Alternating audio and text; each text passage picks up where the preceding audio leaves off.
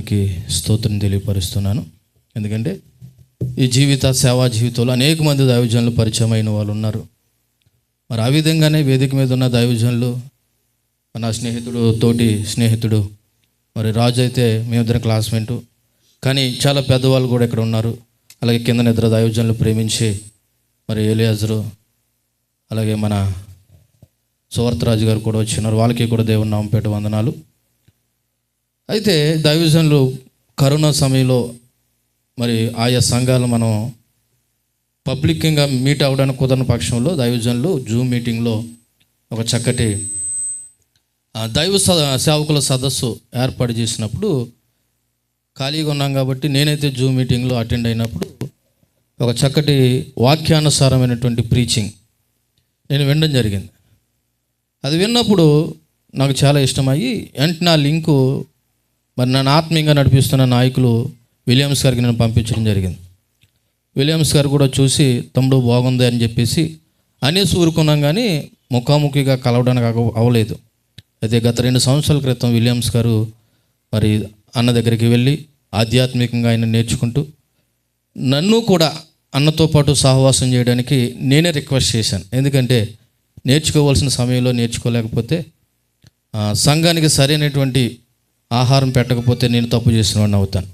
పాటలు పాడే వాళ్ళందరూ భక్తులు కాదు, బైబిల్ పట్టుకునే వాళ్ళందరూ సేవకులు కాదు. వాక్యానుసారంగా సేవ చేసేవాడే సేవకుడు, వాక్యానుసారంగా నడిచేదే సంఘం. కాబట్టి వాక్యానుసారమైన సేవకులుగా మేము ఉండాలి, అలాగే వాక్యానుసారమైన సంఘంగా కూడా మిమ్మల్ని మేము నడిపించవలసిన బాధ్యత ఉంది.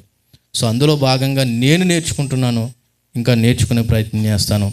అలా నేర్పించడానికి మాకు చక్కగా పరిచయమైనటువంటి దైవజనులు యోహానానికి నేను ప్రత్యేకమైన వందనాలు తెలియపరుస్తూ ఈ సమయం నేరుగా దైవజనులకు అప్పచెప్తున్నాను.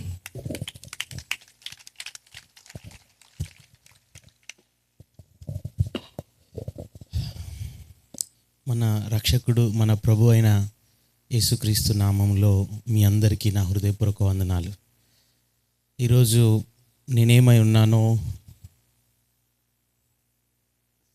నేనేం మాట్లాడబోతున్నానో, నేను ఎలా జీవిస్తున్నానో అందులో దేనికి నేను పాత్రుని కాదు, అర్హుణ్ణి కాదు. కేవలం యేసుక్రీస్తు యొక్క కృపను బట్టి, ఆయన కనికరాన్ని బట్టి, ఆయన శక్తిని బట్టి, ఆయన బలాన్ని బట్టి, ఆయన ఆత్మ నడిపింపుని బట్టే నేను అదే ఉన్నాను. సో కాబట్టి ఏ విషయంలోనైనా వింటున్నప్పుడు మీకు మేలు అనిపిస్తే దేవుణ్ణి గణపరచండి, దేవుని యందు దృష్టి ఉంచండి, ఆయనకే మహిమ కలుగును గాక.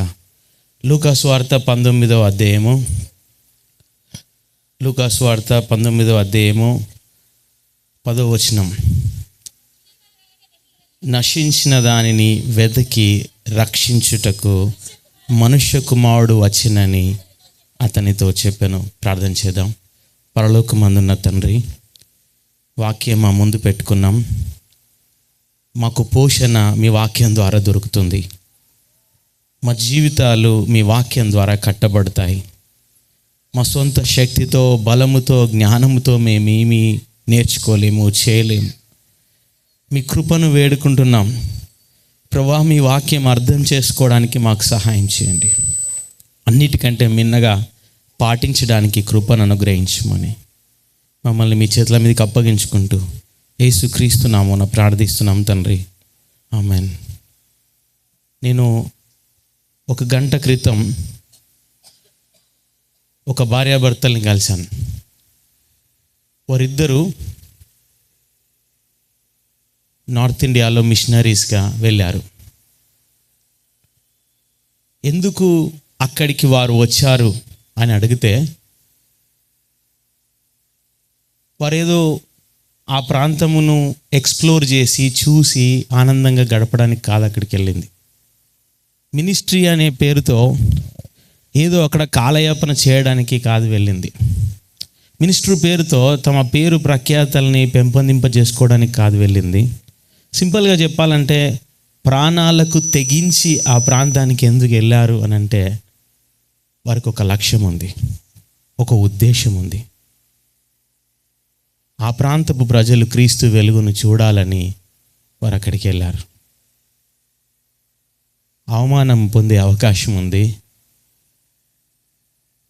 హింసలు పొందే అవకాశం ఉంది, ప్రాణాలు కోల్పోయే అవకాశం ఉంది. ఎందుకు పోయారంటే ఆ ప్రాంత ప్రజలకు వెలుగునివ్వాలని. ఈ మనుషులు ఒకరిని మనకు చూపిస్తున్నారు, గుర్తుకు చేస్తున్నారు. ఈ మనుషులు ఒకరిని ప్రతిబింబిస్తున్నారు. ఎవరిని అంటే అందరికంటే ఉన్నతుడైన మిషనరీ. ఒక సౌకర్యవంతమైన ఈ ప్రాంతం నుంచి అసౌకర్యవంతమైన నార్త్ ఇండియాకు వెళ్ళడం కంటే మించి దేవుని స్వరూపం కలిగిన వాడై దేవునితో సమానంగా ఉండడం విడిచిపెట్టకూడని భాగ్యం అని ఎంచుకొనక ఇక్కడికి మానవుని పోలికలో దాసుని స్వరూపంలో శిలువ మరణం పొందినంతగా తగ్గించుకోవడానికి ఇక్కడ హింసించబడతాడు, అవమానం పొందుకుంటాడు, ఎగతాళి పొందుకుంటాడు, ప్రాణాన్ని సైతం అర్పించాలని తెలిసి కూడా వచ్చిన యేసుక్రీస్తు ప్రభువును వారు ప్రతిబింబిస్తున్నారు.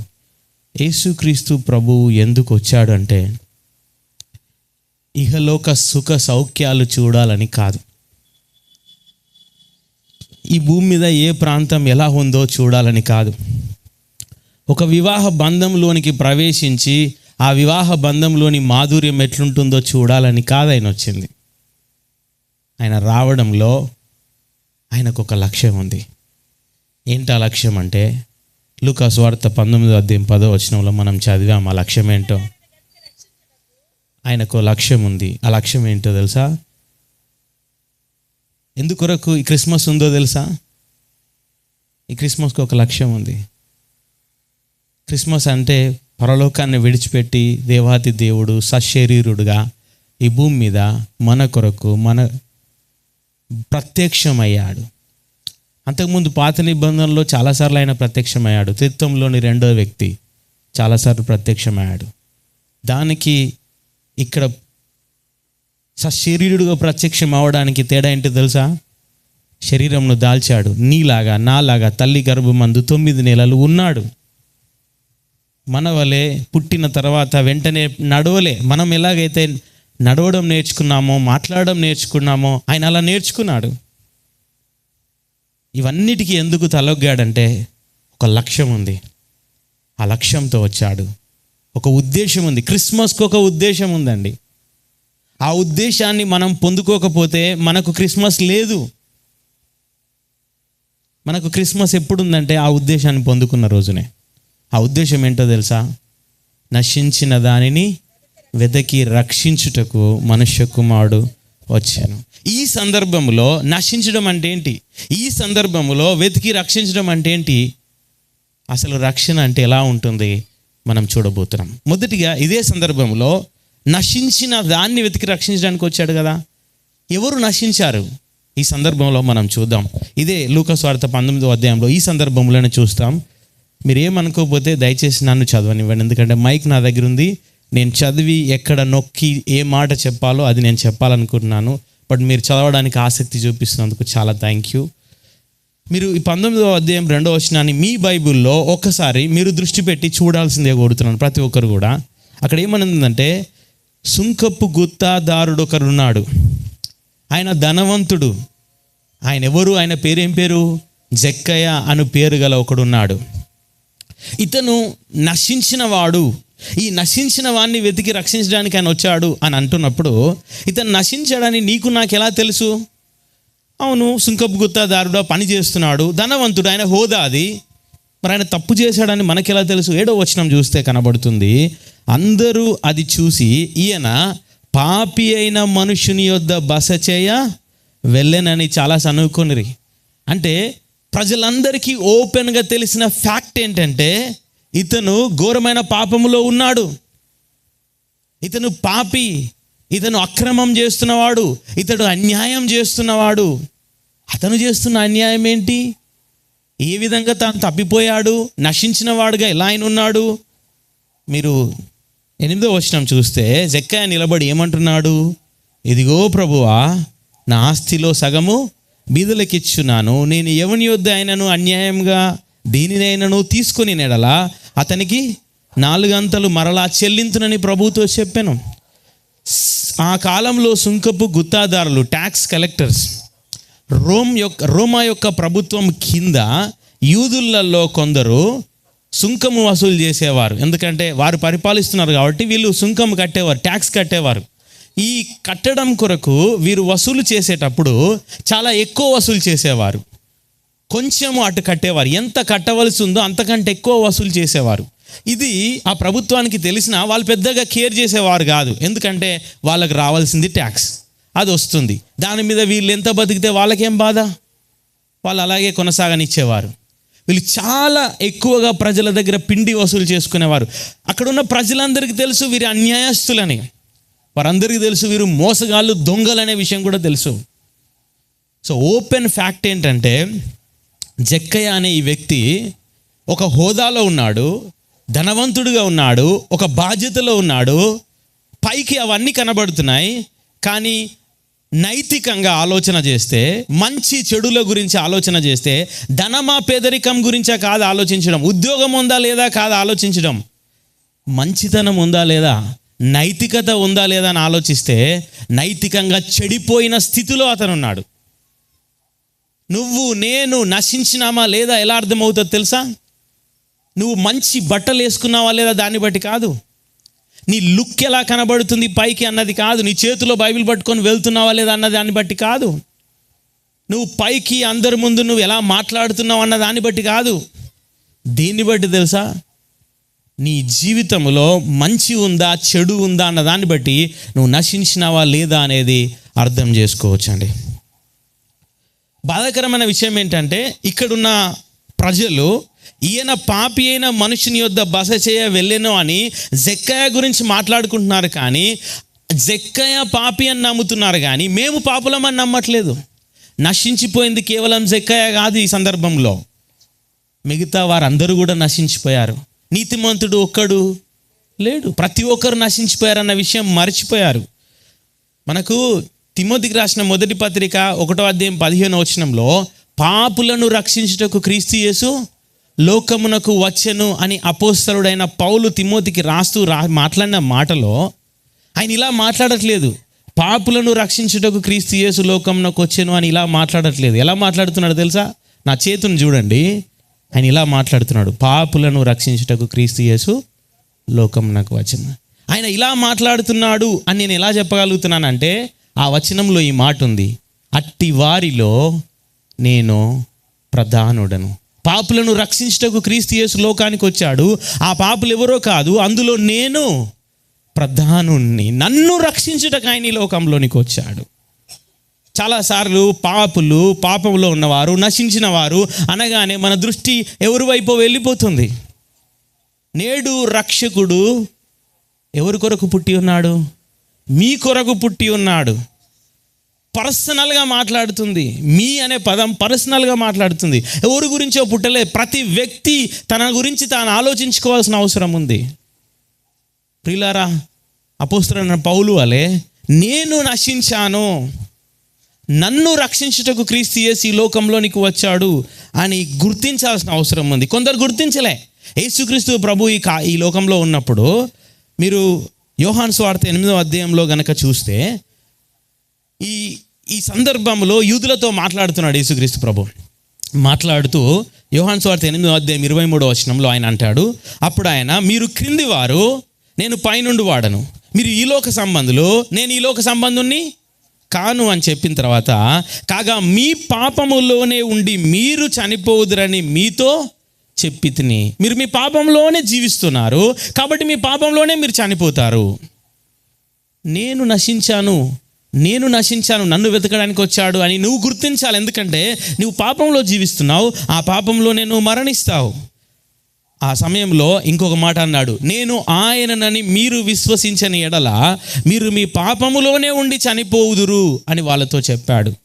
ఇంకొంచెం ముందుకెళ్ళినాక ఈ సంభాషణలో 31వ వచనంకి వచ్చినాక యేసు తనను నమ్మిన యూదులతో ఏమన్నాడంటే, మీరు నా వాక్యమందు నిలిచిన వారైతే నిజంగా నాకు శిష్యులై ఉండి సత్యాన్ని గ్రహిస్తారు, ఆ సత్యము మిమ్మల్ని స్వతంత్రులుగా చేస్తుంది అనగానే వాళ్ళు ఏమంటున్నారంటే, మేము ఆల్రెడీ స్వతంత్రులం, మేమెవరికి బానిసలం, మమ్మల్ని స్వతంత్రులుగా చేయాల్సిన అవసరం ఏముంది అని యేసుక్రీస్తు ప్రభు వైపు చూసినప్పుడు యేసుప్రభు ఒక మాట అన్నాడు 34వ వచనంలో, పాపము చేయు ప్రతివాడు పాపానికి దాసుడు. వాళ్ళు యూదులు అనుకుంటున్నారు, మేము నశించలేదు, మేము బానిసలం కాదు, మేము నరకానికి వెళ్ళట్లేదు, మేము బాగానే ఉన్నాం అనుకుంటున్నారు. కానీ వాళ్ళకు ఒక మాట గుర్తుకు చేస్తున్నాడు. అదేంటి తెలుసా? పాపం చేస్తున్నారా లేదా? మీరు చేస్తున్నాం. అయితే మీరు పాపానికి దాసులు. దాసులు అనే పదం గ్రీక్లో డూలోస్, అచ్చ తెలుగులో ట్రాన్స్లేట్ చేయాలంటే బానిసలు. బానిస అనే పదంను రూపుమాపడం కొరకు ఆ సమయంలో బానిస అనే పదానికి బదులు దాసుడు అనే పదం ఎక్కువగా వాడారు. బానిస. వాళ్ళతో చెప్తున్నాడు, మీరు పాపం చేస్తున్నారు కదా, మీ పాపానికి మీరు బానిసలు. బానిస అంటే అర్థం ఏంటంటే, ఒకరు బానిసత్వంలోనికి వెళితే వాళ్ళు బయటకు తమకు తాముగా రాలేరు. ఇప్పుడు ఎలాగైతే గేదెలు, మేకలు ఇవన్నీ మార్కెట్లో ఉంటాయో, వెళ్ళి వాటిని కొనుక్కుంటారో, అలాగా ఆ రోజున మనుషులు ఉండేవారు, మార్కెట్లో బానిసలు ఉండేవారు. వాళ్ళ దగ్గరికి వెళ్ళి వాళ్ళ రేట్ ఏంటో చూసి డబ్బులు కట్టి కొనుక్కునేవారు. కొనుక్కొని తీసుకొని పోతే ఇంట్లో పెట్టుకొని వారిని పని చేయించుకుంటుంటే వారు ఆ బానిసత్వంలో నుండి తమకు తాముగా బయటకు రాలేరు. ఆ డబ్బులు కట్టి మేము బయటకు వస్తామని ఆలోచన చేసి నేను నా యజమానితో మాట్లాడుతున్నాను అనుకోండి, సరే నువ్వు నన్ను 10,000కి కొన్నావు, ఇప్పుడు నేనేం చేస్తా అంటే, నేను మీ ఇంట్లో 10 గంటలు పని చేస్తాను, నేను బయట ఒక 5 గంటలు పని చేసి కొంచెం సంపాదించి ఆ సంపాదన అంతా కూడబెట్టి ఆ డబ్బులు నీకు కట్టి నేను బయటపడతాను అంటే ఆ యజమాని ఏమంటాడంటే, నువ్వు నా ఇంట్లో పని చేసే 10 గంటలు, నువ్వు బయట పని చేసే 5 గంటలు ద్వారా వచ్చిన ప్రతిదీ ఎవరిది తెలుసా? నాదే. ఎందుకంటే నేను యజమానిని. నీకేం లేదు, నీకంటూ ఏం లేదు. బానిస అంటే అది. తనకు తానుగా బానిసత్వం నుంచి బయట పడలేడు. తనకు సొంతగా ఇష్టాలు ఉండవు, తనకు సొంతగా హక్కులు ఉండవు. నో హ్యూమన్ రైట్స్, మానవ హక్కులే లేవు వారికి. ఆ విధమైన స్థితిలో బానిసలుగా ఉన్నారు. ఆ బానిసల గురించి చూపిస్తూ మాట్లాడుతున్నాడు. మీరు పాపంలో ఉన్నారు కదా, పాపం నుండి మీరు బయటపడగలరా? పడలేరు కదా, కాబట్టి మీరు బానిసలే. మరి మీకేం కావాలి? 36వ వచనం, కుమారుడు మిమ్మును స్వతంత్రులుగా చేసిన ఎడల మీరు నిజముగా స్వతంత్రులయ్యందురు. మీకు నేను కావాలి. నేను మిమ్మల్ని స్వతంత్రులుగా చేస్తే తప్ప, మిమ్మల్ని విమోచిస్తే తప్ప, మీ బానిస సంఖ్యలు నేను తెంపితే తప్ప మీకు మీరుగా పాపం నుండి బయటకు రాలేరు. ఇది యేసుక్రీస్తు ప్రభు వారికి తెలియజేస్తున్న సందేశం. ప్రియులారా, ఇక్కడ ఉన్న నువ్వు, నేను, మనమందరం కూడా పాపానికి బానిసలం.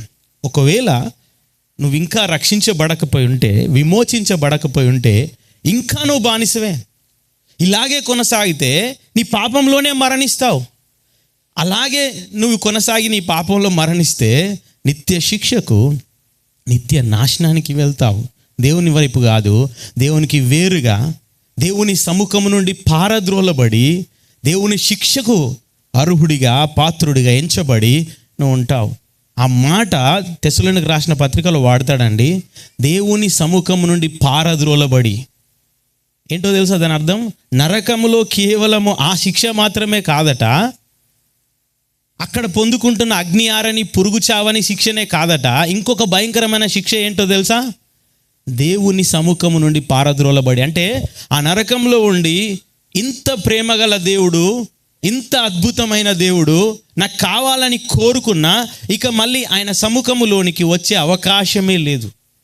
ఒక మనిషి దేవుని సముఖములోనికి రావడానికి, దేవుణ్ణి చేరడానికి, దేవునితో నివసించడానికి నిత్యము ఎప్పుడు అవకాశం ఉందంటే ఈ భూమి మీద ఉన్నప్పుడే. ఈ భూమిని విడిచిన తర్వాత ఇక ఎప్పటికీ eternally separated from the presence of God, దేవుని యొక్క సన్నిధి నుంచి నిత్యత్వము వేరు చేయబడతారు. నిత్యత్వము వేరు చేయబడతారు. మళ్ళీ ఎప్పటికీ ఆయనను చేరే అవకాశం దొరకదు. అలాంటి భయంకరమైన స్థితి నుంచి తప్పించడానికి, నశించిపోయావు, నిన్ను వెతికి రక్షించడానికి వచ్చాడు.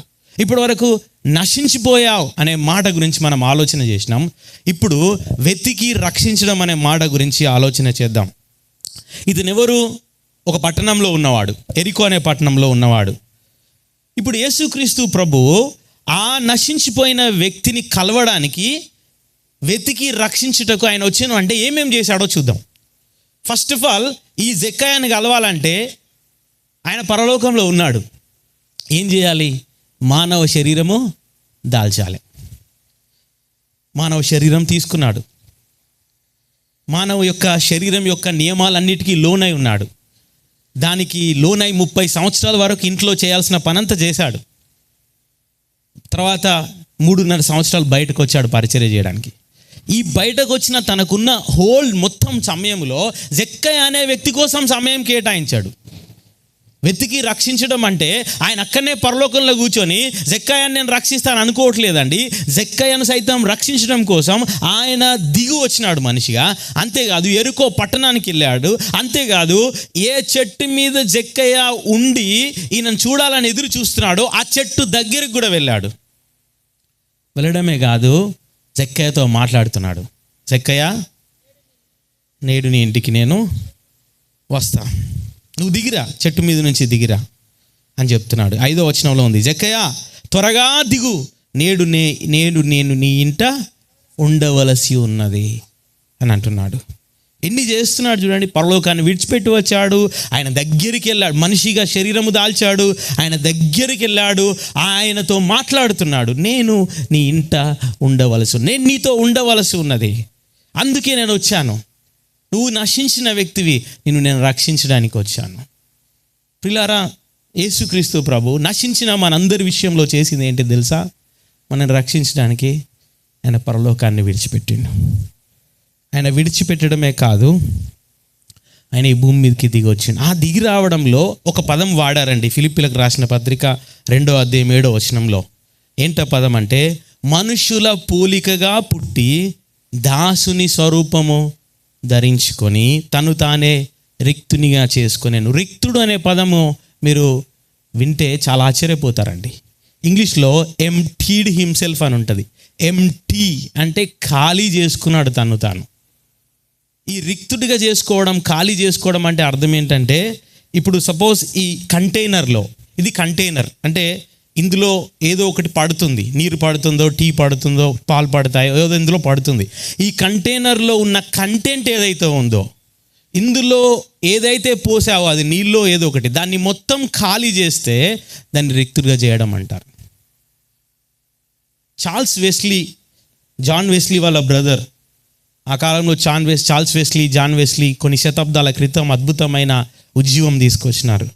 ఆయన ఏమంటాడంటే, he emptied himself of all but love అని అంటాడు. అంటే అర్థం ఏంటంటే, తనలో ఉన్న ప్రేమను తప్ప తనకున్నదంతా ఖాళీ చేసుకున్నాడు. ఇంకొక అతను అంటాడు, మేడ్ హిమ్సెల్ఫ్ నథింగ్, అంటే తనను తాను ఏమీ లేనివాడుగా చేసుకున్నాడు.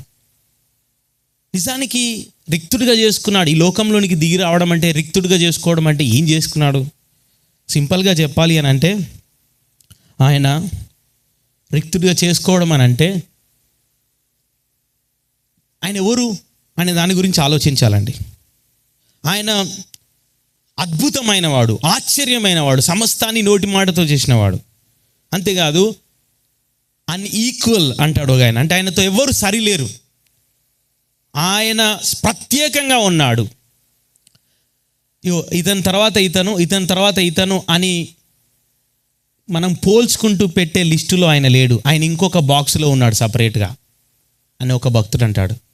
ఆయన మన జీవితంలో కాంపిటీషన్, నువ్వు ఫస్ట్ వస్తావు, సెకండ్ వస్తావు, థర్డ్ వస్తావు, దేవుడు ఫస్ట్, తర్వాత సెకండ్ ఫ్యామిలీ, ఇలా పెట్టుకుంటూ వెళ్ళే విధంగా ఈ కాంపిటేటివ్ లిస్టులో ఆయన లేడు.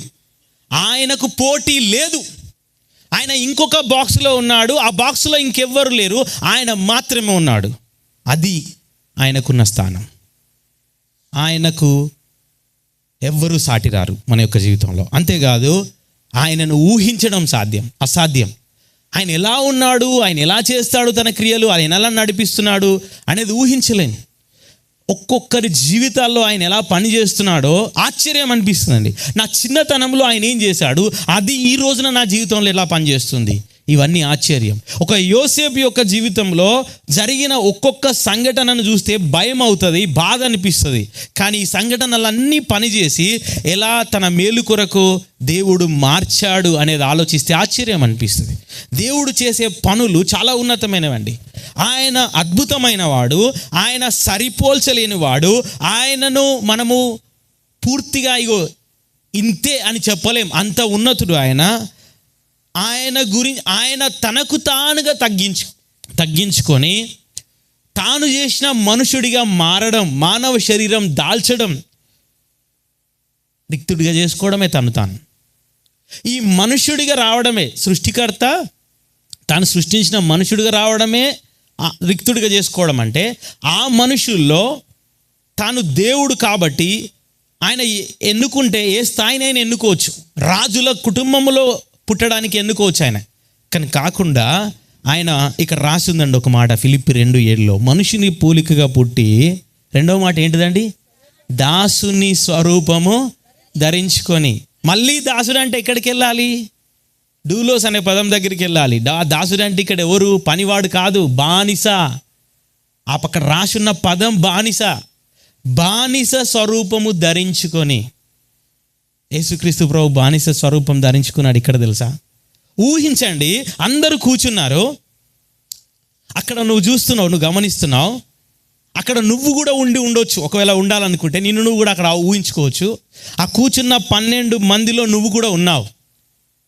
ఆయన తన నడుముకు తువ్వాలు కట్టుకొని నీళ్లు పట్టుకొని ఆయన వచ్చిండు నీ కాళ్ళ దగ్గరికి. నేను నీ కాలు కడుగుతా అంటున్నాడు. పేతురుకైతే ఆశ్చర్యం అనిపించింది. ప్లీజ్ కొంచెం పక్కకి పెడతారా, ఈ టైంలో డిస్టర్బ్ చేయకండి. అక్కడ పేతురుకు, అయ్యో ప్రభువా నా కాలు నువ్వు ముట్టొద్దు అంటున్నాడు. నిజమే, చాలాసార్లు ఆయన గురించి ఎగతాళి చేసి మాట్లాడతారు. అందరు సైలెంట్గా ఉన్నప్పుడు పేతురుకి ఏమొచ్చింది అనుకుంటారు. కానీ ఒక మనిషి ఆ దేవుని గురించి ఆలోచిస్తున్నప్పుడు అలాగే స్పందించాలి. మరి ఏంటి? లేకపోతే ఆయన ఏంటి మన కాళ్ళు ముట్టడం ఏంటి, మన కాళ్ళు కడగడం ఏంటి? ఒకవైపు ఏమో అందరూ ఆలోచించుకుంటున్నారు,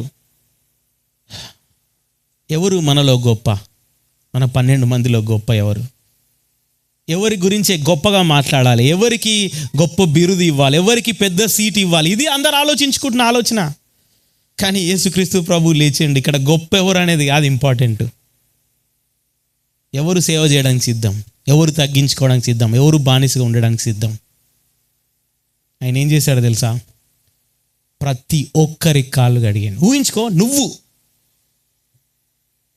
నీకంటే ఎవరు తక్కువ అనబడుతున్నారో వాళ్ళ 12 మందిని కూర్చుని పెట్టుకొని కడగలుగుతావు. అసలు ఎంత కష్టంగా ఉంటుందండి. అక్కడే అర్థం చేసుకోవచ్చు ఆయన రిక్తుడిగా చేసుకున్నాడు అనే పదం. తాను ఎంత రిక్తుడిగా చేసుకున్నాడండి. ఆయన మనల్ని వెతికి రక్షించడానికి ఇక్కడికి రావడం అంటే తాను రిక్తుడిగా చేసుకోవడమే. రాళ్ళు పట్టుకొని కొడతానికి వస్తే పక్కన నుండి తప్పించుకొని వెళ్ళిపోయాడండి.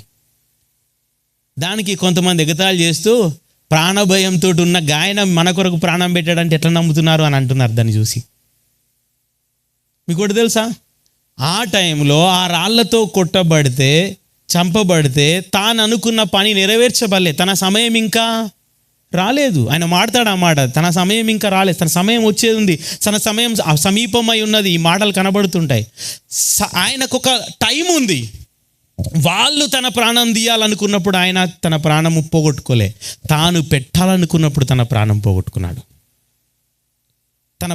తన ప్రాణం ఎప్పుడు పోయిందంటే తాను పెట్టాలనుకున్నప్పుడే పోయింది.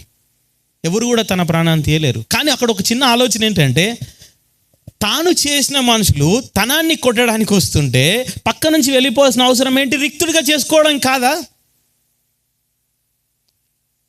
ఒకవైపు గడ్డం పట్టుకొని లాగడం, ఇంకొక వైపు కళ్ళకు గంతలు కట్టి పిడిగుద్దులు గుద్దుతూ ఎవరు కొట్టారో చెప్పు అని అడగడం, చెంప మీదకి వెళ్ళి కొట్టడం, ముఖం మీద ఉమ్మి వేయడం,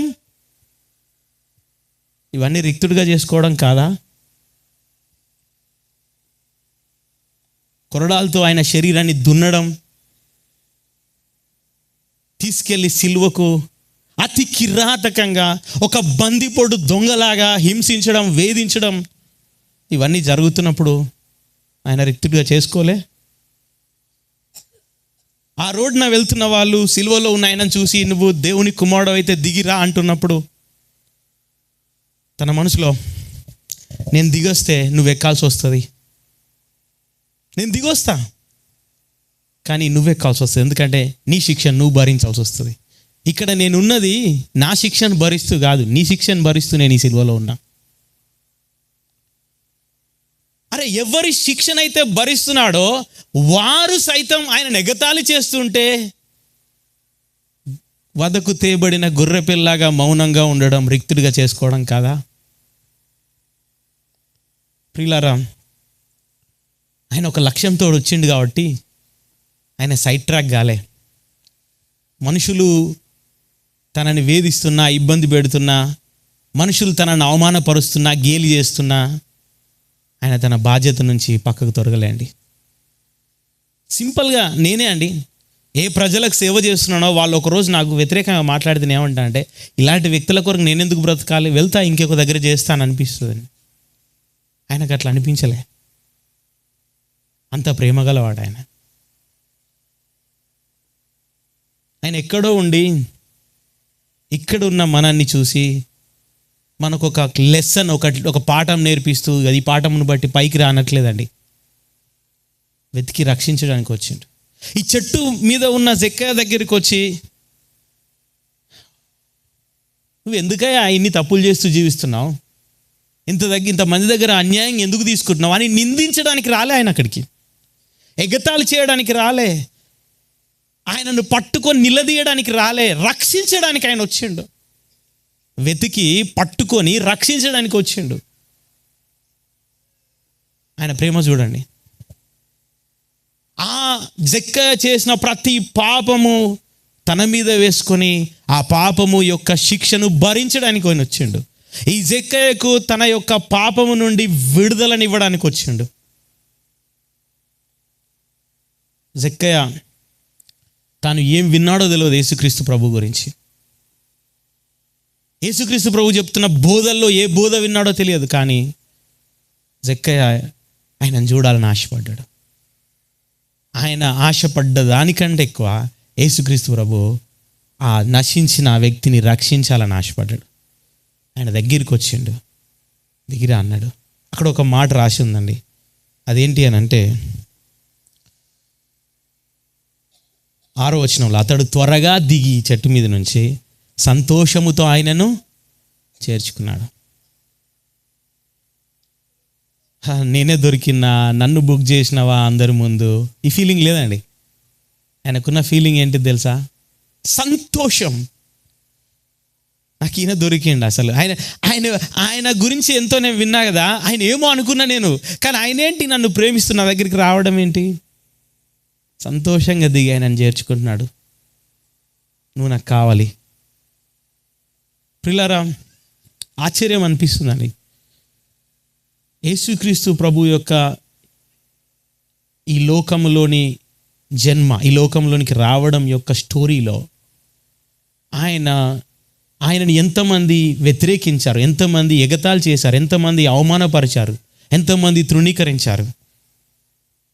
ఆ స్టోరీస్ ఒకవైపు కనబడుతున్నాయి, కానీ అదే సమయంలో ఎంతమంది ఆయనను చేర్చుకున్నారు, ఎంతమంది ఆయనను పొందుకున్నారు, ఎంతమంది తమ జీవితాలు ఆయనకు అప్పగించారు. ఇది చాలా ఆశ్చర్యం అనిపించే విషయం. ఒకవైపు మేము చాలాసార్లు ఫేస్ చేస్తాం అది. చాలాసార్లు ఒకవైపు కొందరు వచ్చి ఎగతాళి చేస్తారు, కొందరు వచ్చి కొడతారు, కొందరు వచ్చి తిడతారు. బట్ ఇంకొక వైపు కొందరు వచ్చి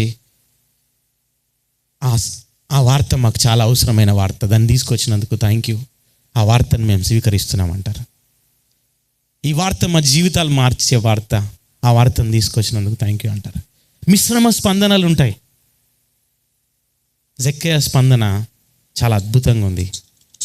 ఆయన సంతోషంతో చేర్చుకున్నాడు. ఆయన యేసు ప్రభువును కలిగి ఉన్నాడు, తన జీవితంలో పొందుకున్నాడు అని చెప్పడానికి నిదర్శనం ఏంటి? నేను ఇది ప్రిపేర్ అవ్వడానికి, ఇక్కడ ఈ మాటలు రాయబడడానికి మా మధ్యలో ఏం కనెక్షన్ లేదు, ముందు మేము మాట్లాడుకున్నది ఏం లేదు. కానీ జాషువా ప్రసాద్ బ్రదర్ ఇక్కడ రాశాడు, ఒక ఆనవాలు అనేది కనబడుతుంది.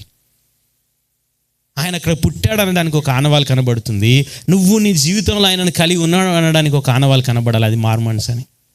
అవునండి, ఆ మారు మనసే యేసుక్రీస్తు ప్రభు జక్కయ్య జీవితంలో ఉన్నాడనడానికి సూచన కనబడుతుంది. ఇక్కడ ఏంటి తెలుసా ఆ సూచన?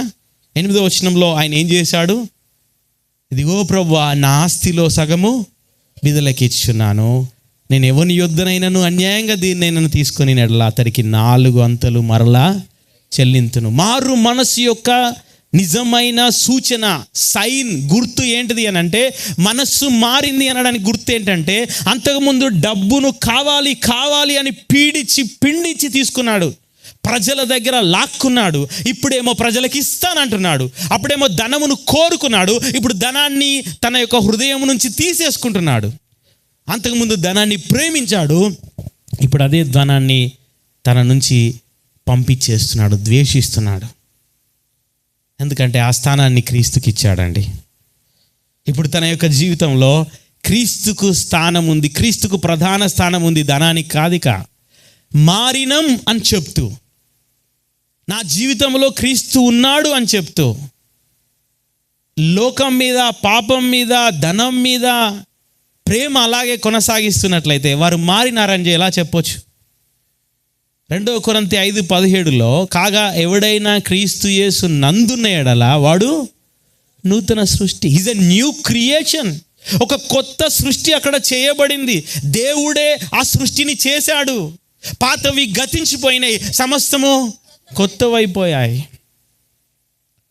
అబద్ధాలు, మోసాలు, సంఘ సహవాసం అంటే ఇష్టం లేదు, దేవుణ్ణి ఆరాధించడం అంటే ఇష్టం లేదు, దేవుని కొరకు ఇవ్వడం అంటే ఇష్టం లేదు, స్వార్థం, బూతులు, సరసోక్తులు, లోకం అంటే ప్రాముఖ్యత ఎక్కువ ఇవ్వడం, ఎంజాయ్మెంట్ లోకానుసారంగా, ఇవన్నిటితోటి నిండుకుపోయిన వ్యక్తి జీవితంలో క్రీస్తు వచ్చినప్పుడు ఇవి అలాగే ఉంటాయంటారా? నిజంగా క్రీస్తును చేర్చుకుంటే జీవితం అలాగే కొనసాగుతుందంటారా? నేను బైబిల్లోని కొన్ని ఎగ్జాంపుల్స్ ఇస్తానండి. జక్కయ్య లాగానే. జక్కయ్య అప్పటి వరకు ధనాన్ని ప్రేమించాడు, కానీ ఇప్పుడు ధనాన్ని తను ద్వేషిస్తున్నాడు. ఇంకొక ట్యాక్స్ కలెక్టర్ ఉన్నాడు, ఇంకొక సుంకరి ఉన్నాడు. ఆయన దేవాలయంలోనికి ప్రార్థన చేయడానికి వచ్చిన పరిసయ్యుడేమో లోపలికి వచ్చి నేను ఇది చేశాను, అది చేశాను, ఉపవాసం ఉన్నాను, కానుకలు ఇచ్చానని చెప్తున్నాడు. కానీ ఆ సుంకరి లోపల అడుగు పెట్టడానికి కూడా తనకు ధైర్యం చాలట్లే, తల ఎత్తడానికి కూడా తనకు ధైర్యం చాలట్లే. ఆకాశం వైపు తల దించుకొని పాపినైన నన్ను కరుణించమంటున్నాడు. వీరిద్దరిలో సుంకరి నీతిమంతుడిగా తీర్చబడి ఇంటికి వెళ్ళాను అని రాసి ఉంటాను. ఇతనిలో మార్పు ఉంది అని ఎలా చెప్తావు? అప్పటిదాకా అతను ట్యాక్స్ కలెక్టరే, సుంకరే. అవును, ఆయన తప్పుడుగా ప్రజల దగ్గర ధనం తీసుకున్నాడు, కానీ ఎంత మారిపోయాడంటే విరిగి నలిగిన హృదయం వచ్చేసింది. ఒక కాంట్రైట్ స్పిరిట్ అని రాసి ఉంటుంది. అంటే ఒక విరిగి నలిగిన అంటే ఒక పిసుకబడిన హృదయం, అంటే ఒక వేదనతో కూడిన హృదయం అండి. ఇప్పటివరకు జాషువా బ్రదర్ కూడా చెప్పాలి నిన్నేం జరిగింది నాకు అనేది రాత్రి. నేను ఇప్పుడు మీకు చెప్తాను. నేను నిజానికి చాలా లేటుగా బయలుదేరాను ఇంటి నుండి. ట్రైన్ 10:20. నేను బయలుదేరిన క్రమంలో బస్సు ఎంత స్పీడ్గా వచ్చినా ట్రైన్ దగ్గరికి నేను 11 గంటలకు ముందు అయితే చేరలేను, అంత ఆలస్యంగా బయలుదేరిన. నేను వస్తుంటే 10:40కి ట్రైన్ అని కనబడుతుంది, 10:42 అని కనబడుతుంది, 10:47 అని కనబడుతుంది, 10:40కి వచ్చిందని కనబడుతుంది. అంత estimated time where is my train యాప్లో కనబడుతూ ఉంది దాని టైం. నేను సింపుల్గా అనుకుంటున్నా, అదేంటంటే ఈ ట్రైన్ మిస్ అయితే నెక్స్ట్ ట్రైన్కి వెళ్ళొచ్చు, దానికి పెద్ద విషయం కాదు. ఇక్కడ దేవా ఈ ట్రైన్ నా కోసం ఆపమనేది కాదు నా ప్రార్థన. నా ప్రార్థనల్లా నేను చేసిన తప్పేంటి దాని గురించి ఆలోచిస్తున్నా. తేట తెల్లగా నాకు ఒకటి కనిపించింది నా జీవితంలో. ఆ రోజు నేను ఏ విషయంలో తప్పిపోయాను. నేను ప్రార్థన చేస్తున్నా, కానీ ట్రైన్ ఆపమని కాదు. ఎందుకంటే అందులో చాలామంది తమ సమయానికి చేరుకోవాల్సిన వాళ్ళు ఉంటారు, వాళ్ళని అడ్డగించడం నాకు ఇష్టం లేదు. నేను ప్రార్థన చేస్తుంది ఏంటంటే, ప్రభువా ఇగో ఈ తప్పును క్షమించు. ఒక రకంగా నలిగిపోతుంది హృదయం, ఒక రకంగా లోపల మనశ్శాంతి లేదు, తృప్తి లేదు. నేను చాలా దేవుని బాధించానన్న బాధ ఉంది, కన్నీరు కారుతూ ఉంది. అసలు దేవుడేంటి నేను ఒక్కసారి ఊహించుకోవడం మొదలుపెట్టినాను. నా జీవితంలో నేను ఎక్కడుండేవాడిని, దేవుడు నన్ను ఎక్కడ ఉంచాడు. నాకు నా పరిస్థితి, నేను చదువుకోవడానికి స్కూల్కి వెళ్తున్నప్పుడు 6వ తరగతి నుండి 10వ తరగతి వరకు 5 కిలోమీటర్లు సైకిల్ తొక్కుతూ వెళ్ళడం, 5 కిలోమీటర్లు సైకిల్ తొక్కుతూ రావడం, అది పరిస్థితి. నేను బైబిల్ కాలేజ్లోకి 10th అయిపోగానే అడుగు పెట్టగానే నా ఎదురుగా కూర్చున్న వ్యక్తి ఆ ఫస్ట్ డే ఏమని అడుగుతున్నానంటే, నువ్వు బటర్ఫ్లై మీద వచ్చినావా, నువ్వు ఏరోప్లేన్ మీద వచ్చినావా అని అడుగుతున్నాడు. ఏరోప్లేన్ అంటే నాకు తెలుసు విమానం మీద రాలే, కాబట్టి బటర్ఫ్లై మీద వచ్చినా కావచ్చు అనుకొని బటర్ఫ్లై అని సమాధానం చెప్తే అందరు నవ్వారు. బటర్ఫ్లై అంటే సీతకోకచిలుక, అది కూడా తెలియదు నాకు ఆ రోజు. ఎక్కడున్నా నా స్థితి ఏంటి? అసలు నేను నా కుటుంబం విషయానికి వస్తే కూడా 12 సంవత్సరాలు నేను ఎదురు చూసిన పిల్లల గురించి పరిచర్య చేస్తూనే, తర్వాత వెంటనే 2 కవలల్ని, తర్వాత ఇంకొక అబ్బాయి, మొత్తం 3 అబ్బాయిలని దేవుడిచ్చాడు. 3 సంవత్సరాల వ్యవధిలో ఇప్పుడు 3 పిల్లలు మా చేతిలో ఉన్నారు. అసలు ఇవన్నీ ఆలోచిస్తున్నా, నా చదువు ఏంటి, నా బ్రతికి ఏంటి, నా కుటుంబ పరిస్థితి ఏంటి, ధనం విషయంలో ఒకప్పుడు నాకు ఎంత ఇబ్బంది ఉంది, ఇప్పుడు దేవుడు నాకు ఎంత ఇచ్చాడు, నన్ను ఎట్లా పోషించి నడిపిస్తున్నాడు, ఇవన్నీ ఆలోచిస్తే ఇంత చేస్తే నేను ఆ పని చేసినా, అసలు ఏంటి నేను ఎందుకు అలా చేసిన అని విరిగి నా హృదయం నలిగిపోతుంది లోపల. నిజంగా మారుమనసు పొందిన వారు ఆ మారుమనసు పొందినప్పుడు మాత్రమే నలిగిపోవడం కాదు, తప్పు చేసిన ప్రతిసారి నలిగిపోవాల్సిందేనండి. ఆ తప్పు చేసిన ప్రతిసారి నలగట్లేదంటే వారు నిజంగా మారుమనసు పొంది రక్షించబడ్డారా లేదా డౌట్ పడాలి. ఎందుకంటే నిజమైన మారుమనసు పొందిన వారు ఆ మారుమనసు కంటిన్యూ అవుతూ ఉంటుంది, అది ఆగదు. నేను చూసినా నా లైఫ్లో అది. నేను అస్సలు పట్టించుకోవట్లేదు ట్రైన్ గురించి. బస్సు ఆగింది, అక్కడ నుంచి 200 మీటర్లు ఎగ్జాక్ట్ ట్రైన్ ఆగిన చోటుకు ఆగే ముందు నేను చూసుకున్నాను, అది బయలుదేరి ఉండొచ్చు అన్నట్టు కనబడుతుంది. వచ్చి ఆగింది, బయలుదేరి ఉండొచ్చు, ఏం అది ఇంకా రిఫ్రెష్ కాలేదు, దాని ఎస్టిమేటెడ్ టైం చెప్పట్లేదు అక్కడ. కానీ పరిగెడదామని చెప్పి ఆ 200 మీటర్స్ రేసులా 200 మీటర్ల పరుగు పందెంలో ఎట్లుంటుంది అట్లా పరిగెత్తిన ఆగేసుకొని. పరుగెత్తి ట్రైన్ దగ్గరికి వచ్చేసరికి మంచిగా ఫస్ట్ ప్లాట్ఫామ్లోనే వెయిట్ చేస్తుంది అది. దాని దగ్గరికి నేను వెళ్ళాను, అది స్టార్ట్ అయింది. అయినా నేను ఎక్కాల్సిన బోగి అది కాదు కదా, కొంచెం లోపల నుంచి వెళ్ళొచ్చు, అయినా బయట నుంచి వెళ్దాం కదా అని బయట నుంచి వెళ్ళి లోపలికి ఎక్కాను. ఆ తర్వాత స్పీడ్ అందుకుంది.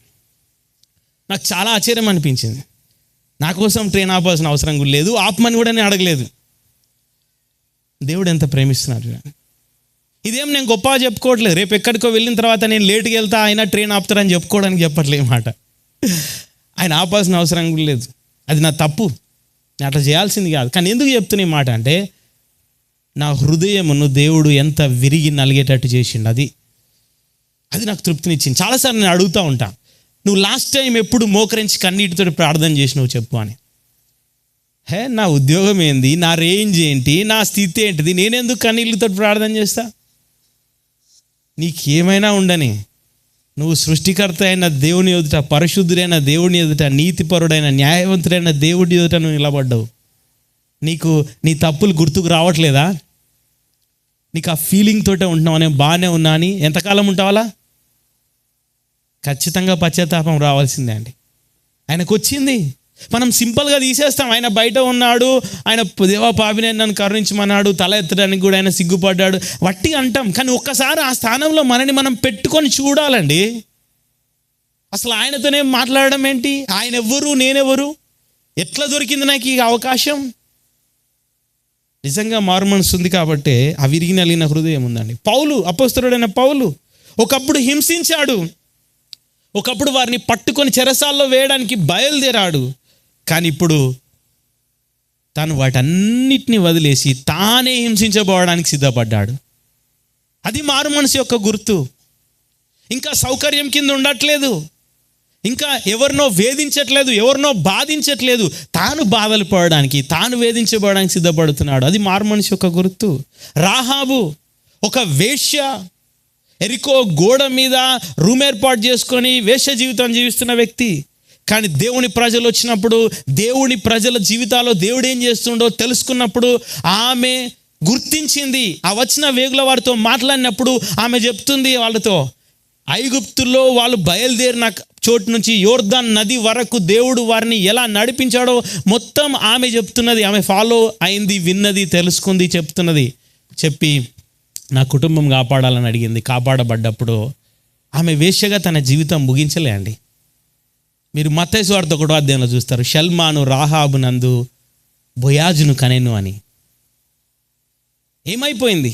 ఒక వేశ్యగా బ్రతుకుతున్న వ్యక్తి నిజమైన మారుమనసు వచ్చిన తర్వాత ఆ ఆ జీవితం వదిలిపెట్టింది, షల్మాన్ అనే వ్యక్తిని పెళ్లి చేసుకుంది, బోయాజును కన్నది, బోయాజు రూతునందు యెషైని కన్నాడు. తర్వాత దావీదును, దాంట్లో నుంచి మెస్సయ్య వచ్చాడు. తన జీవితం ఎంత మారిపోయింది చూడండి. మారు మనసు అంటే అదే బ్రతుకు కొనసాగట్లే, వదిలిపెట్టింది.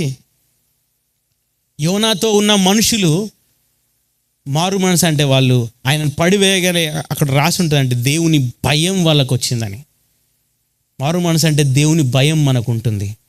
భయం లేని వారిలాగా మనం కొనసాగాం.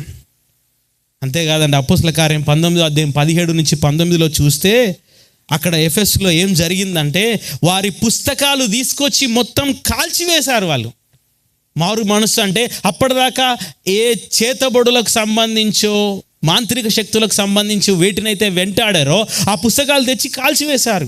ఒకవేళ నిజమైన మారు మనసు ఉంటే ఎవరో చేతబడి చేసే వ్యక్తుల దగ్గరికి, మాంత్రిక శక్తుల దగ్గరికి ఎక్కడికో వెళ్ళవు నువ్వు. నిజమైన మారు మనసు లేదు కాబట్టే వెళ్తారు చాలామంది.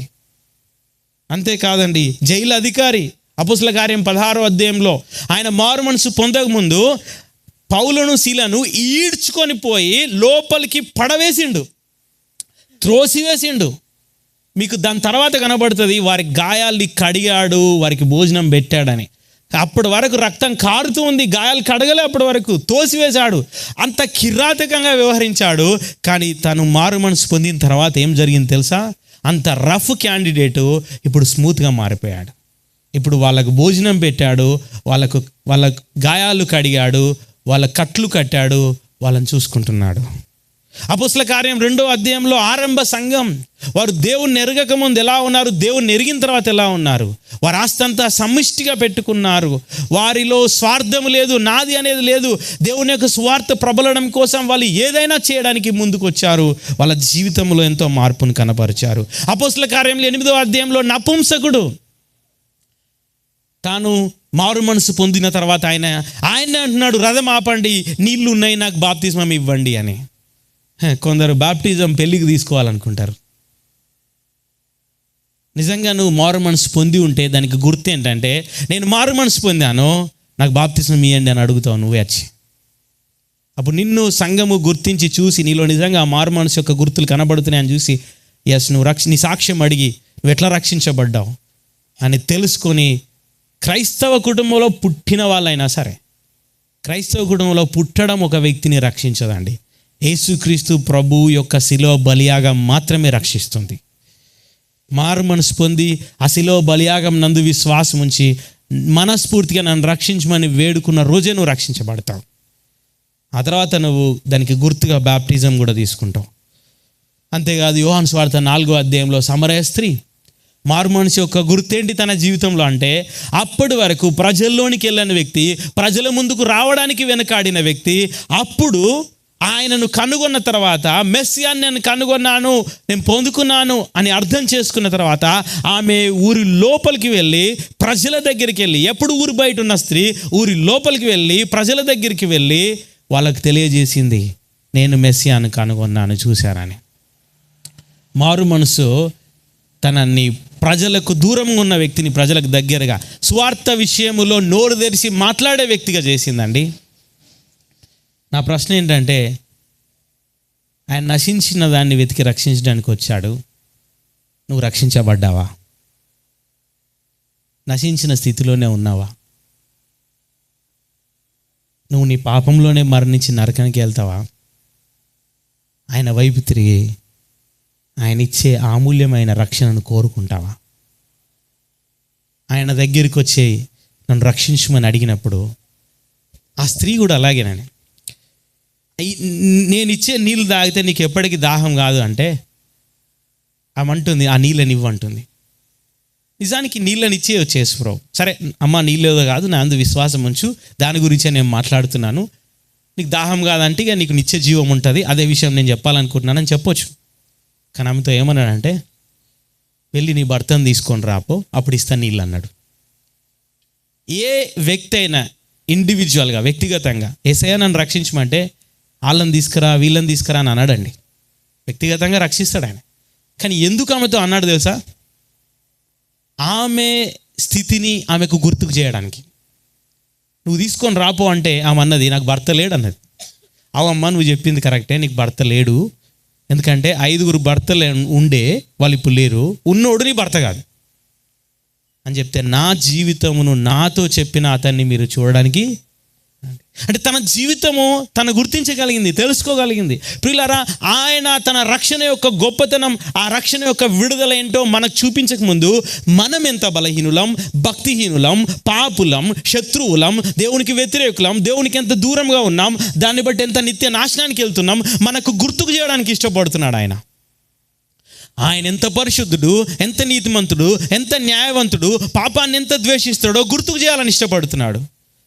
ఆయన ఎంత ఉన్నతుడో, నీతిమంతుడో, పరిశుద్ధుడో అర్థమవుతే మనమెంత పాపులమో, మనకు ఆయనకి ఎంత అగాధం ఉందో అర్థమవుతుంది. అది అర్థమవుతే ఈ 2 అగాధాలను పూర్తి చేయడానికి, మధ్యలో భర్తీ చేయడానికి ఆ నీతిమంతుడైన, పరిశుద్ధుడైన, న్యాయవంతుడైన దేవుణ్ణి పాపములో ఉండి నిత్య నాశనానికి వెళ్తున్న మనిషిని కలపడానికి మధ్యవర్తిగా దేవుడు ఈ లోకంలోనికి రావడం అంటే ఏంటో మనకు అర్థమవుతుంది. నేనేమంటా తెలుసా, ఈ సువార్త ఏదైతే ఉందో అది నేను దేవుణ్ణి తెలుసుకున్న రోజు కంటే ఈరోజు ఇంకెక్కువ దాని యొక్క గొప్పతనం తెలుసుకుంటున్నా. అపోస్తలుడైన పౌలు ఎఫెసీ సంఘం గురించి ప్రార్థన చేస్తూ ఏమంటారంటే, ఆ ప్రేమ యొక్క లోతెంతో, ఆ ప్రేమ యొక్క ఎత్తు ఎంతో, ఆ ప్రేమ యొక్క వెడల్పు ఎంతో, ఆ ప్రేమ యొక్క పొడుగు ఎంతో మీరు తెలుసుకోవాలని మీకోసం ప్రార్థన చేస్తున్నా అంటాడు. ఆ ప్రేమ యొక్క ఎత్తెంతో తెలుసుకోవడంలో చాలా తక్కువ ఎత్తుకి మనం వెళ్ళాం. ఆ ప్రేమ యొక్క లోతెంతో తెలుసుకోవడంలో చాలా తక్కువ లోతుకు మనం వెళ్ళాం. ఆ ప్రేమ యొక్క వెడల్పెంతో తెలుసుకోవడంలో చాలా తక్కువ అందుకున్నాం మనం. ఆ ప్రేమ యొక్క పొడవెంతో తెలుసుకోవడంలో చాలా కొద్ది దూరమే వెళ్ళాం. ఇంకా చాలా ఉంది. అదంతా తెలుసుకున్న రోజు రక్షించబడతావని అనట్లేదు. ఆయన యందు నీవు మారు మనస్సు పొంది ఆయన యందు విశ్వాసం ఉంచిన రోజు, ఏ పాపమును పట్టుకొని వేలాడుతున్నావో దాన్ని వదిలి నన్ను రక్షించమని ఆయన శిలువ బలియాగం వైపు చూసి వేడుకున్న రోజున ఆయన నిన్ను రక్షిస్తాడు, ఆయన నిన్ను విడిపిస్తాడు, ఆయన నీకు నూతన జీవితం ఇస్తాడు, ఆయన నిన్ను తన బిడ్డగా చేసుకుంటాడు, ఆయన నిత్య జీవం అనే నిరీక్షణ ఇస్తాడు. కానీ ఆ తర్వాత ఇంకా ఎక్కువగా ఆయన ఏం చేశాడు, దానివల్ల ఏం పొందుకున్నామో అర్థమవుతూ, ఆ ప్రేమను అర్థం చేసుకుంటూ, ఆ సువార్తను అర్థం చేసుకుంటూ, దాని యొక్క గొప్పతనాన్ని తాజాగా మన మనసులో ఉంచుకుంటూ, ఇగో ఇది ఉంటే చాలు నా జీవితంలో, ఇంకొకటి ఏది లేకున్నా పర్వాలేదు, ఏ భూములు, ఏ ఆస్తులు, ఏ ఐశ్వర్యాలు లేకున్నా పర్వాలేదు, నాకు ఆయన ఉన్నాడు చాలు అని ఆయన ఆరాధిస్తూ బ్రతకడానికి, అంతేకాదండి ఆ మహిమగల సువార్తను ప్రకటించడానికి, అంతేకాదు ఆ మహిమగల సువార్త మన జీవితంలో ఏం చేసిందో ఆలోచిస్తూ ఆ సువార్తను మన జీవితం నుంచి ప్రతిబింబింపజేయడానికి, అంతేకాదండి ఆ సువార్త యొక్క గొప్పతనం అర్థం చేసుకుంటూ తెలుసుకున్న కొద్దీ మన యొక్క జీవితంలో మనం ఎంత ధన్యులమో ఆలోచిస్తూ ఆయనకు కృతజ్ఞతాస్తుతులు చెల్లిస్తూ బ్రతుకుతూ వెళ్ళిపోవడానికి. ఇంకెవరైనా మన దగ్గరికి వచ్చి అడుగుతూ నీ జీవితం ఎట్లుంది అంటే, నాకేముందండి, నాకు ఎంత కష్టాలు, ఎన్ని ఇబ్బందులు, ఇలా చెప్పే విధంగా కాకుండా, నేను ఎంత ధన్యుణ్ణి తెలుసా, అద్భుతమైన ఆయన కృపా సువార్తను, ఆయన మహిమను, ఆయన నిత్యరాజ్యాన్ని నేను పొందుకున్నాను, నేను దేవుణ్ణి పొందుకున్నాను అని ధైర్యంగా చెప్తూ వెళ్ళే స్థితిలోనికి మనం వెళ్తామండి. నేను ఒక మాట మాత్రం చెప్తానండి, సువార్త గురించి తెలుసుకోవడంలో మేము గ్రాడ్యుయేట్స్ అయిపోయినాం, మేము ఆల్రెడీ చాలా ఎదిగిపోయినామని ఎప్పుడు అనుకోవద్దండి. మనం నేర్చుకోవాలి సువార్తను, ప్రతి దినం నేర్చుకోవాలి, ప్రతి క్షణము చదవాలి సువార్తను. వాక్యములో కానీ దాని గురించి, సువార్త గురించి రాయబడిన పుస్తకాలు కానీ చదువుతూ ఉంటే మనం చాలా తెలుసుకుంటాం. అప్పుడు మనం ఇంకా ఎక్కువ దేవునికి దగ్గర అవుతాం, ఇంకా ఎక్కువ ప్రేమిస్తాం. ఈ రోజుల్లో చాలామంది నేర్చుకునేది ఏంటి తెలుసా, దేవుణ్ణి వాడుకొని ఎట్లా ధనవంతులు కావచ్చు, దేవుణ్ణి వాడుకొని ఎలా ఇల్లు సంపాదించుకోవచ్చు, దేవుణ్ణి వాడుకొని ఎలా ఉద్యోగాలు సంపాదించుకోవచ్చు. ఇవన్నీ కాదండి, ఆయన నీతిని, ఆయన రాజ్యాన్ని మనం వెతికితే అప్పుడు మనము ఏం తిందుమా, ఏం తాగుదుమా, ఏం ధరించుకుందుమా అవన్నీ ఆయన చూసుకుంటాడు. మనం చేయాల్సిందల్లా ఆయన నీతిని, ఆయన రాజ్యాన్ని వెతకడం. ఆయన నీతి నాలో ఎంతవరకు వచ్చింది పూర్తిగా, ఇంకా ఏ విషయంలో ఆయన నీతి కిందికి నా జీవితంలోని ఏ భాగము ఏ విభాగం రావాల్సింది, ఏ మాటలు ఏ ఆలోచనలు ఆయన నీతి కిందికి రావాల్సింది. ఆయన నీతిని వెతకడం మన లోపల. అంతేకాదు ఆయన రాజ్యం వెతకడం అంటే ఏ విధంగా నేను ఇతరులకు దేవుని ప్రేమను ప్రకటించగలుగుతా, ఒకవైపు ఏ విధంగా నేను మారగలుగుతా, ఇంకొక వైపు ఏ విధంగా ఇతరులకు ఆయన సువార్తను అందించగలుగుతా. ఇవే రెండు. వీటిని వెతుకుతూ ఈ లైఫ్ కొనసాగిస్తే, నీకున్న పనిలో నమ్మకంగా ఉంటూ, నీ సంఘంలో నమ్మకంగా ఉంటూ నువ్వు కొనసాగుతూ ఉంటే నీ జీవితంలో ఎప్పుడు ఏది కావాలో ఆయనకు తెలుసని. నేనంతే, పిల్లల గురించి ఎవరి దగ్గరికి పోతేనో, ఏ పండు తింటేనో, ఇంకేదో జరుగుతూనే నాకు దొరుకుతారని అనుకోలేండి. సింపుల్గా నేను నమ్మింది ఒకటే, నాకు తండ్రి ఉన్నాడు, పరలోకమందున్న తండ్రి. ఆ పరలోకమందున్న తండ్రికి తెలుసు నా జీవితంలో ఏది అవసరమో, ఎప్పుడు అవసరమో. నేను చేయాల్సింది ఆయన రాజ్యాన్ని నీతిని వెతకడం. నాకేం అవసరమో ఆయన చూసుకుంటాడు. ఆయన ఇచ్చినా ఆయన ఇవ్వకపోయినా మంచివాడే, నమ్మదగిన వాడే, గొప్పవాడే. ఆయన ఏది చేసినా మంచిగా చేస్తాడు అని ఆయన మీద దృష్టి నిలిపి వెళ్తూ ఉన్నప్పుడు నా లైఫ్లో నా వెనుక ఏం సెట్ చేయాలో, నాకేమి ఇవ్వాలో అవన్నీ చూసుకుంటున్నాడు. ఆయన వాటిని మళ్ళీ ప్రేమిస్తూ చూసుకుంటూ ఇవి ఉన్నాయని మురవడానికి లేం. మళ్ళీ దృష్టి అంతా అక్కడనే ఉంటుంది. వెనక ఎన్ని వచ్చినా వాటి మీద దృష్టి అంతా ఆయన రాజ్యము, ఆయన నీతి. నశించిన దాన్ని వెతికి రక్షించడానికి వచ్చాడు కదా. ఒకవైపు దేవుని యొక్క ఉగ్రత నిత్య నరకం నుంచి తప్పించాడు. అన్నిటికంటే నాకేమనిపిస్తుంది అంటే, ఒకవైపు నిత్య నరకం నుంచి తప్పించాడు, నో డౌట్. ఒకవైపు పాపపు బానిసత్వం నుంచి తప్పించాడు, నో డౌట్. కానీ అన్నిటికంటే ఎక్కువ ఏమనిపిస్తుందంటే, నా నుంచి నన్ను రక్షించాడు. నా స్వార్థపు ఆలోచనల నుంచి, నా స్వార్థపు ఉద్దేశాల నుంచి, నా స్వార్థపు కోరికల నుంచి ఆయన నన్ను రక్షించాడు. మనకు రక్షణ మన నుంచి కావాలండి. ఎందుకంటే మన ఈ దేహము మనంతగా తప్పుదారులకు తీసుకుపోతుంటుంది. ప్రియులారా, బతిమలాడుతున్నా. నేను ప్రార్థన చేసేటప్పుడు, ఇక్కడికి వచ్చి మాట్లాడక ముందు ప్రార్థన చేసేటప్పుడు ఒకటే ప్రార్థన చేసిన. నా లక్ష్యం, నేను మాట్లాడడం వెనుక లక్ష్యం నా గురించి గొప్ప ఊహించాలని కాదు.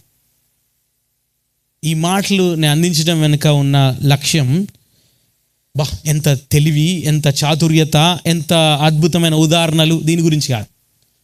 ఒకటే ఒక లక్ష్యం, నేనేం చేయాలంటే బతిమలాడాలి, వేడుకోవాలి ప్రజల్ని. దేని కొరకంటే, నిన్ను రక్షించడానికి వచ్చాడు, మరి నువ్వు రక్షించబడ్డావా?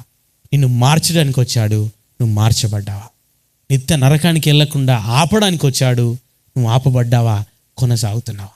ఏ తుచ్చమైన అభిలాషల వెంబడి వెళ్తున్నావు? ఏ లోకాశల వెంబడ వెళ్తున్నావు? ఏ చెడు వ్యసనాల వెంబడ వెళ్తున్నావు? ఏ లోకపు ఉద్దేశాల వెంబడ వెళ్తున్నావు? ఏ ఇతరుల యొక్క ప్రేరేపణల వెంబడ వెళ్తున్నావు? అవన్నిటి నుండి ఒక్కసారి ఆగి, ఈ జీవితం ఉన్నది వాటి కోసం కాదు, ఆయన కోసం, నన్ను చేసిన ఆయన మహిమ కోసం చేసుకున్నాడు అని ఆయన వైపు తిరిగి ఈ జీవితమును ఆయనకు అప్పగిస్తే ఆయన నిన్ను రక్షిస్తాడు. నీ రాతి గుండెను తొలగించి మాంసపు గుండెని ఇస్తాడు. నీకు నూతన స్వభావం ఇస్తాడు, నీకు నూతన హృదయం ఇస్తాడు, నూతన వ్యక్తిగా నిన్ను మారుస్తాడు.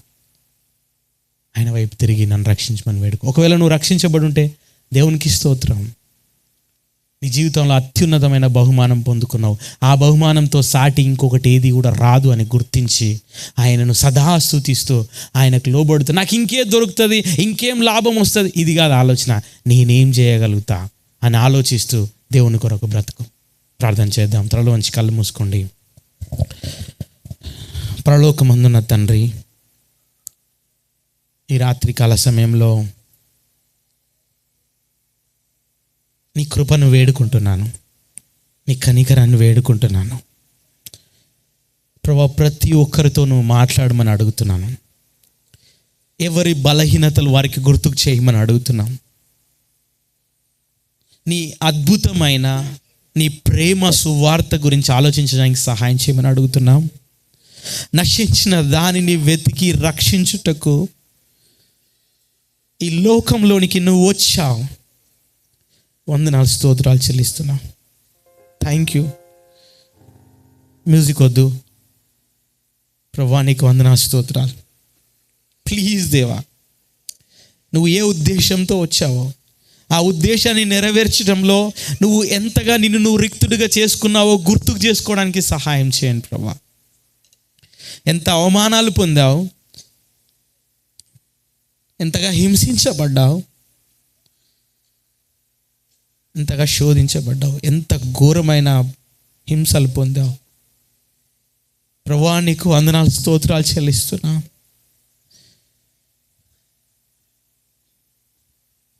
ప్రభువా, నువ్వు చేసిన నీ అద్భుతమైన అమోఘమైన ఆ ప్రేమ కార్యాన్ని బట్టి వందనాలు. నన్ను రక్షించినందుకు వందనాలు. ఇక్కడ ఉన్న ఈ ప్రజల్ని రక్షించడానికి వచ్చినావు. ఇందులో ఎవరెవరైతే రక్షించబడ్డారో వారందరిని బట్టి వందనాలు. ఒకవేళ ఎవరైనా రక్షించబడ్డామన్న భ్రమలో ఉంటే వారితో మీరు మాట్లాడి మార్చండి. ఎవరైతే ఇంకా పాపానికి బానిసలుగా ఉన్నారో వారిని స్వతంత్రులుగా చేయడానికి వచ్చిన వారిని గుర్తించడానికి సహాయం చేయండి. వారు వారి పాపపు జీవితాన్ని దగ్గర వదిలిపెట్టి నువ్వు ఇచ్చే అమూల్యమైన